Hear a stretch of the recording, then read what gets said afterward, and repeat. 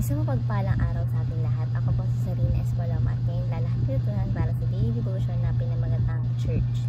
So yung scripture po natin ngayon is Ephesians chapter 3 verses 21. Ang sinasabi, to Him be glory in the church and in Christ Jesus throughout all generations, forever and ever. Amen.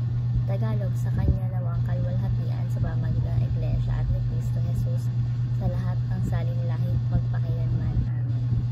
So yung teaching po natin ngayon is number 1, the church is the instrument of redemption. So sinasabi po dito na ang simbahan is siya po yung kasangkapan ng Diyos upang maipalaganap yung kaligtasan at pagmamahal niya sa buong sanlibutan. So yung church is like siya na ginagawa siyang instrument ni God para malaman ng mga tao na yung kanyang pagmamahal, no? At kanyang pag-aalala sa ating kaligtasan dito sa buong sanlibutan. So the church is the instrument of redemption. Next, the church is the light of God's glory. So yung simbahan is nagsisilbing kapay at nagbibigay liwanag para makita ng tao ang katotohanan at pagmamahal ng Diyos. So dito sinasabi na kung may kumalungkot, lumapit ka kay Jesus Christ kasi si Jesus, siya yung nagbibigay liwanag para hindi ka sumuko, no? Para makita mo kung ano yung totoo at siyempre pagkamahal ni Jesus Christ. So the church is the light of God's glory. Next, the church is the weight of God's glory. So sinasabi po dito na yung presensya ng Diyos ay nadarama natin sa simbahan na napapalalim ng pananampalataya at pagkaan sa kanyang kalwalhatian.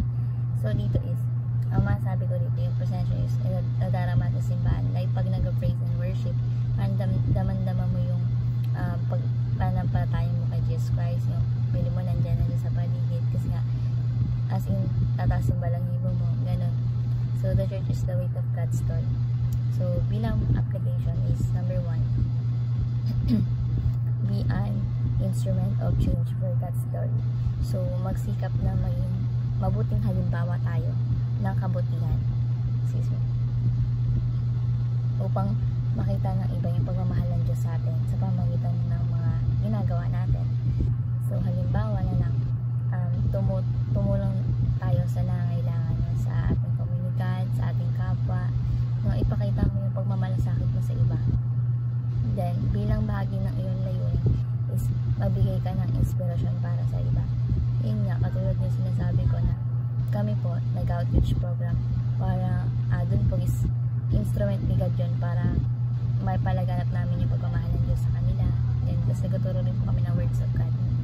So be an instrument of change for God's glory. Next, be a light so that others may see your God deeds and glorify your Father in heaven. So sinasabi po dito na ipakita natin yung kabutihan at integridad upang ang iba is maakit din, no, sa pananampalataya at pag-ibig ng Diyos.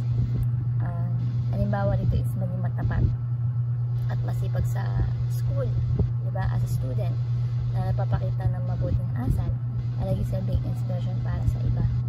So maging para ipakita mo yung characteristic ni God para makita din ng iba sa'yo, no?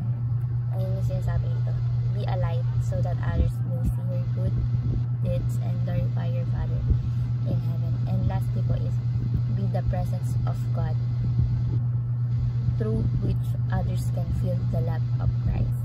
So sinasabi ito sa bawat pagitungo natin sa iba, no, ipakita natin yung paghimalasakit, pagmamahal ni Jesus Christ sa kanila. So ayun nga, parang may instrument tayo dito na para ipadama sa kanila na hindi sila nag-iisa, na kahit wala na silang makapitan, isa na si Lord para sa kanila, no? So yung hindi nila madamang presensya ng Panginoon is tayo yung magpapadamang para sa kanila. Halimbawa sa mga kaibigan, pamilya, magpakita tayo ng malasakit sa pag-unawa, magparamdam tayo ng kapayapaan at pagmamahal ng dala ng Diyos para sa kanila. So let's be the presence of God through which others can feel the love of Christ. So ayun nga po yung akitunan sa daily devotion. Laway mo na ito kayo, may share sa iba at syempre ma-apply sa ating buhay. So thank you po sa pakikinig at God bless po sa atin.